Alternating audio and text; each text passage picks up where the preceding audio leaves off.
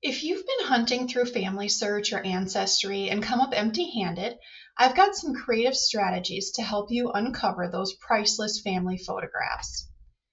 First things first, start with family. Ask your relatives, even those distant cousins you might not know very well.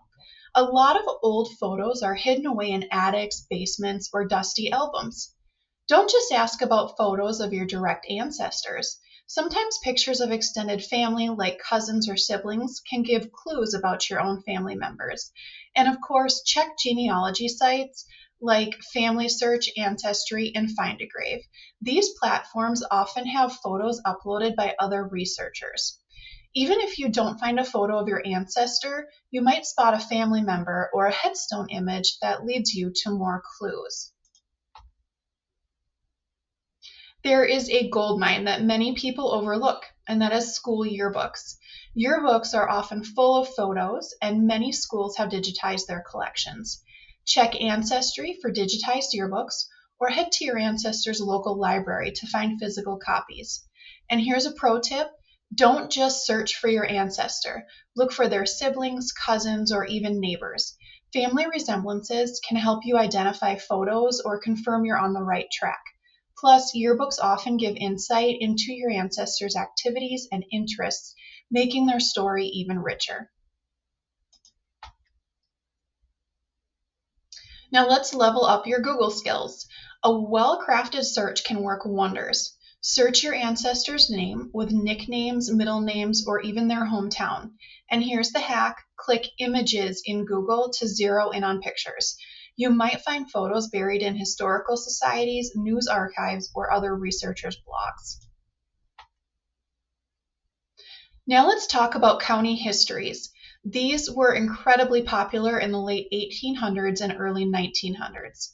Local historians would compile books full of photos and biographies of area residents.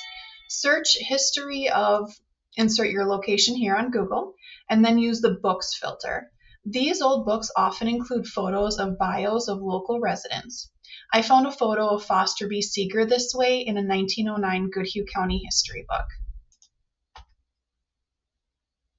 If you're not finding photos online, don't forget about local resources. Historical societies and libraries often have unique collections that aren't digitized yet. Reach out to the local historical society in the area where your ancestor lived. They might have photos, yearbooks, or even business directories that include portraits. Newspaper archives are another incredible source.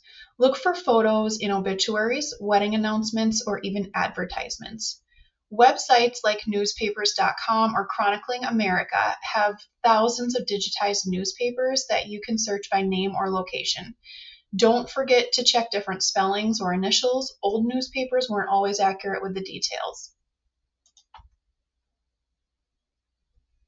If you're searching for ancestors in Minnesota, the Minnesota Historical Society is an excellent free resource for digitized Minnesota newspapers.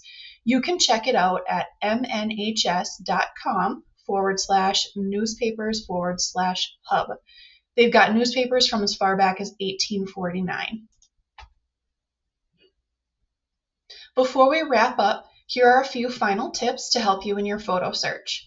Keep a log of where you've looked and what you found. It saves time and prevents repeated searches. Save copies of photos as soon as you find them, and include the source in the name file.